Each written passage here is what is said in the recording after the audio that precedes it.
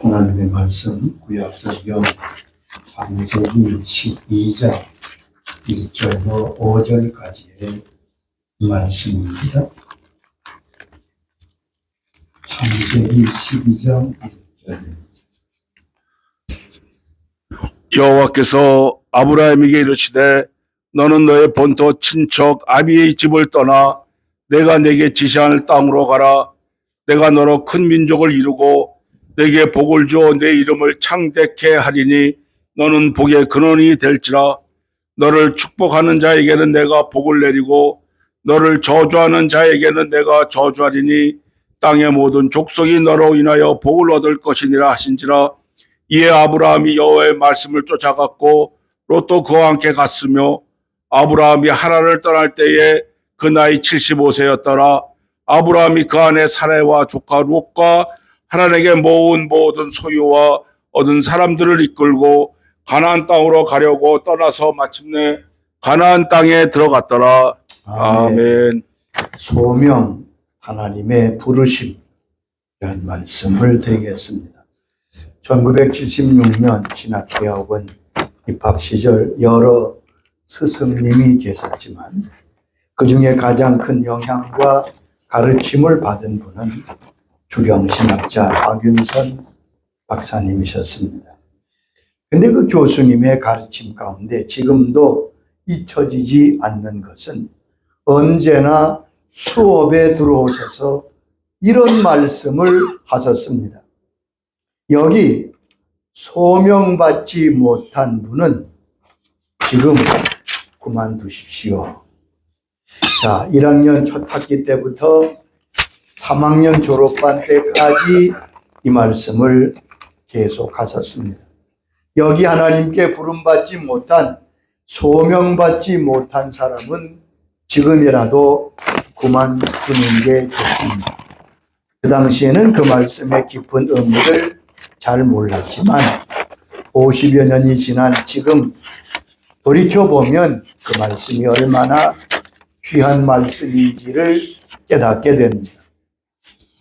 하나님이 주신 소명이 아니고는 이 사명의 길을 걸을 수 없기 때문에 그렇습니다. 아브라함은 하나님이 그를 갈대아 우르에서 부르심으로 그의 믿음의 조상의 생애가 시작되었습니다. 부르심은 매우 중요합니다.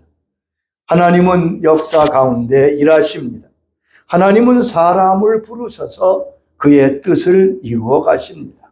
소명이란 하나님께서 그의 목적을 위해서 그들의 사람을 부르시는 것을 일컫는 말입니다. 하나님이 사람을 부르시는 것, 그것이 소명입니다.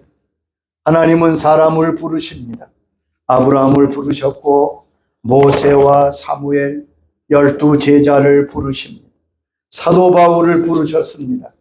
그리고 저와 여러분을 부르셨습니다.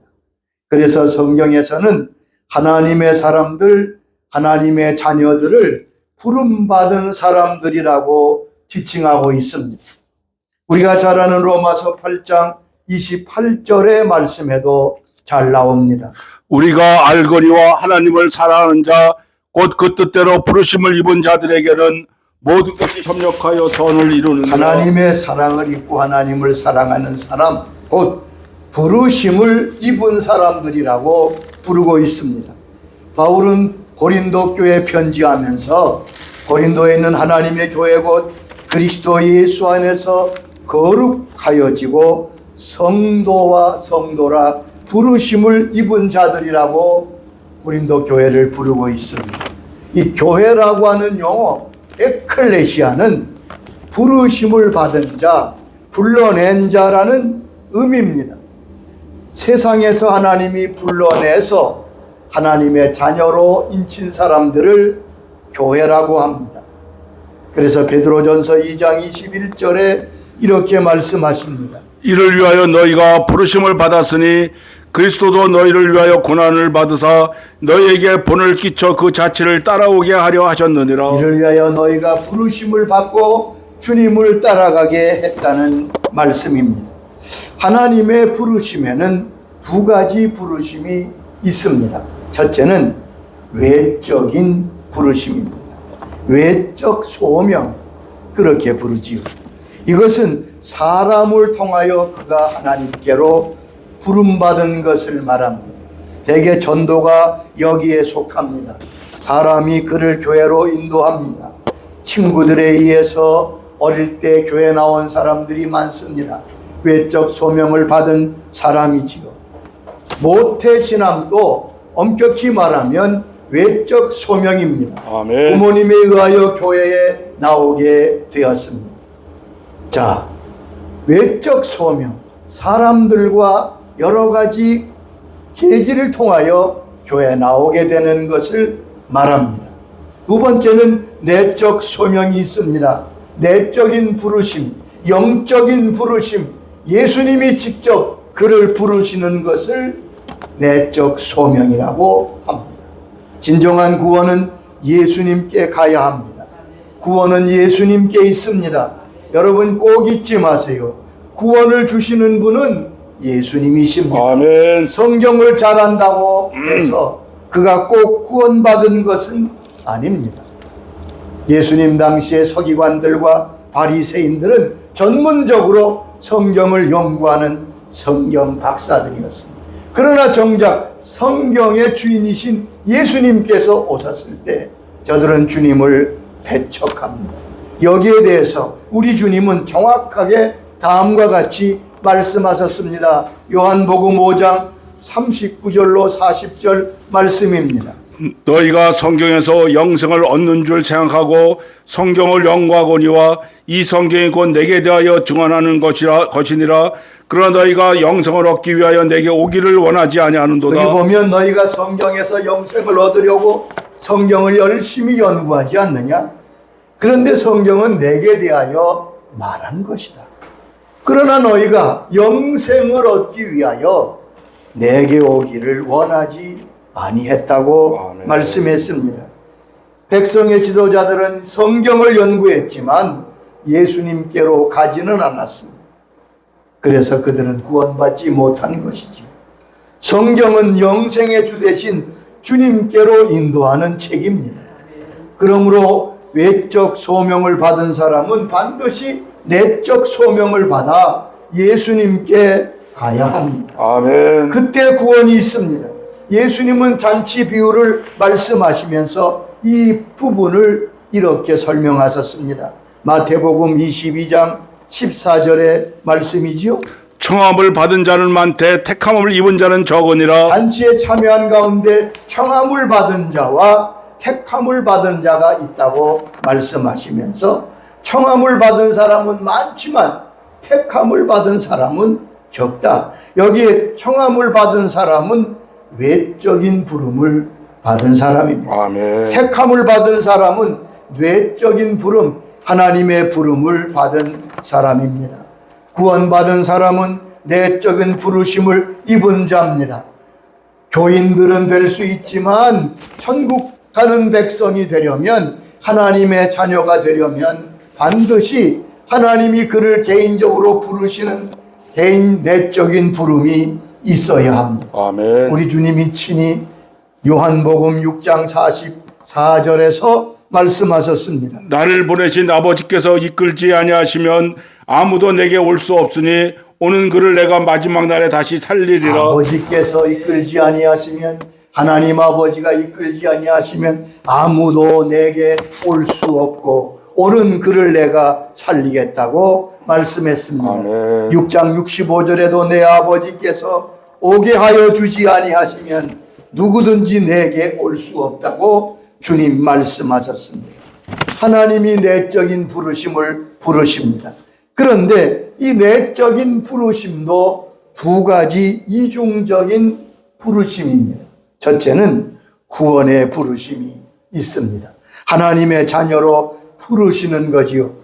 사도 바울은 하나님의 부르심에 대해서 고린도전서 1장 26절 이하에 말씀했습니다. 너희를 부르심을 보라. 너희의 부르심 세상에 미련한 것들을 택하여 지혜로운 자를 부끄럽게 하시고 약한 것들을 택하셔서 강한 자를 부끄럽게 하신다고 주님이 부르신 구원의 부름에 대해서 설명하면서 왜 그렇게 하셨는가를 고린도전서 1장 29절에 말씀하십니다. 이는 아무 육체도 하나님 앞에서 자랑하지 못하게 하려 하심이라.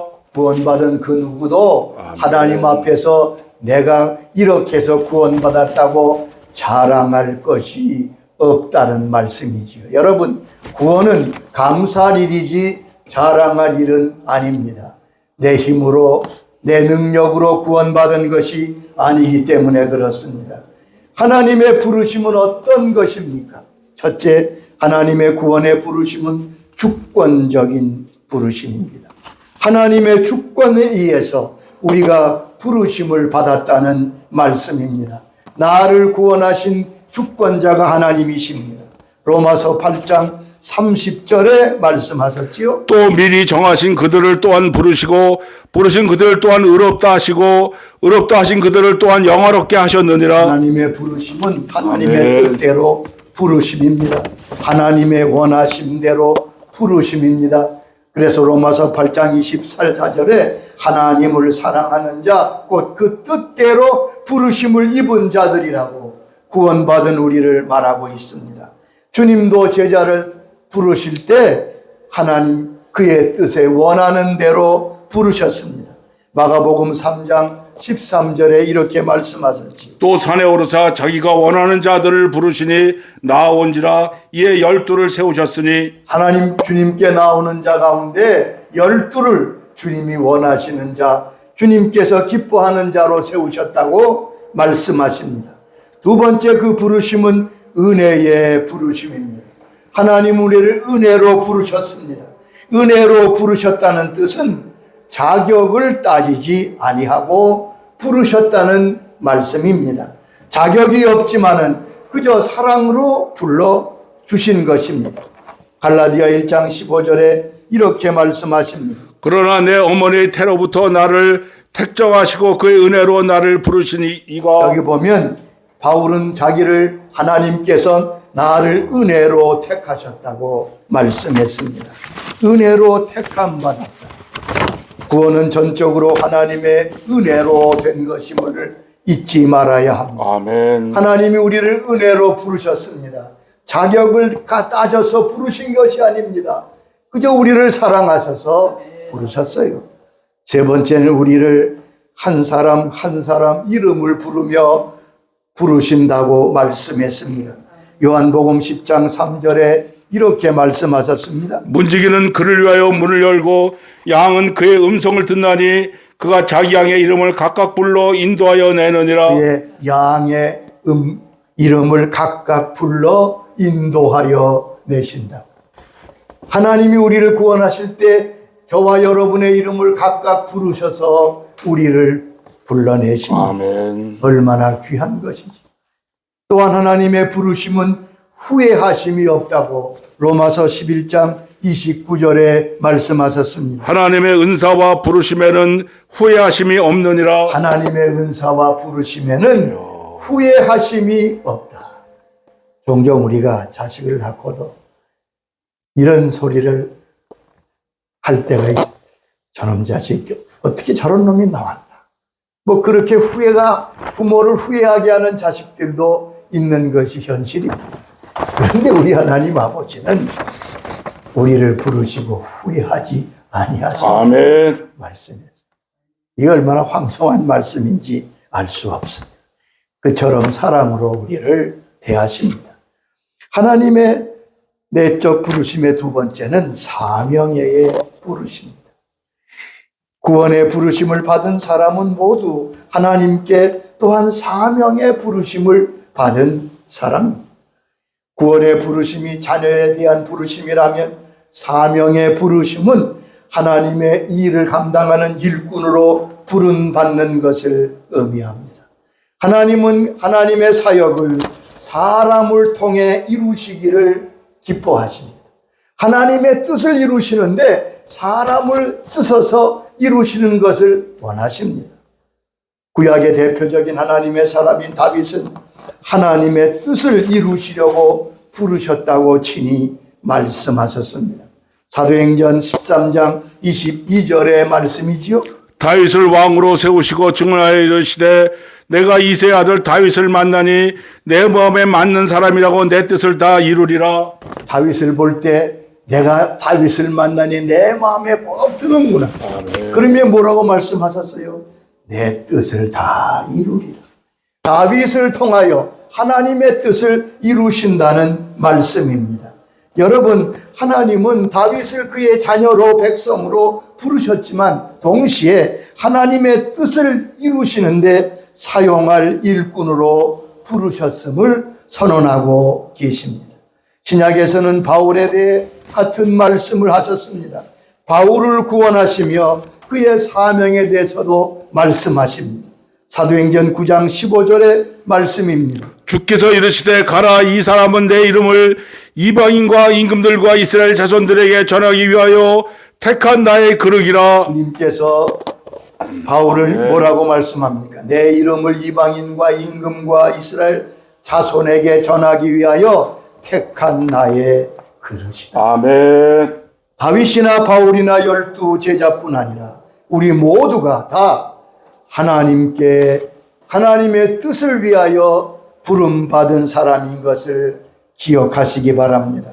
고린도전서 4장 1절 2절 보면 사람이 마땅히 우리를 그리스도의 일꾼이요 하나님의 비밀을 맡은 자로 여길지니라.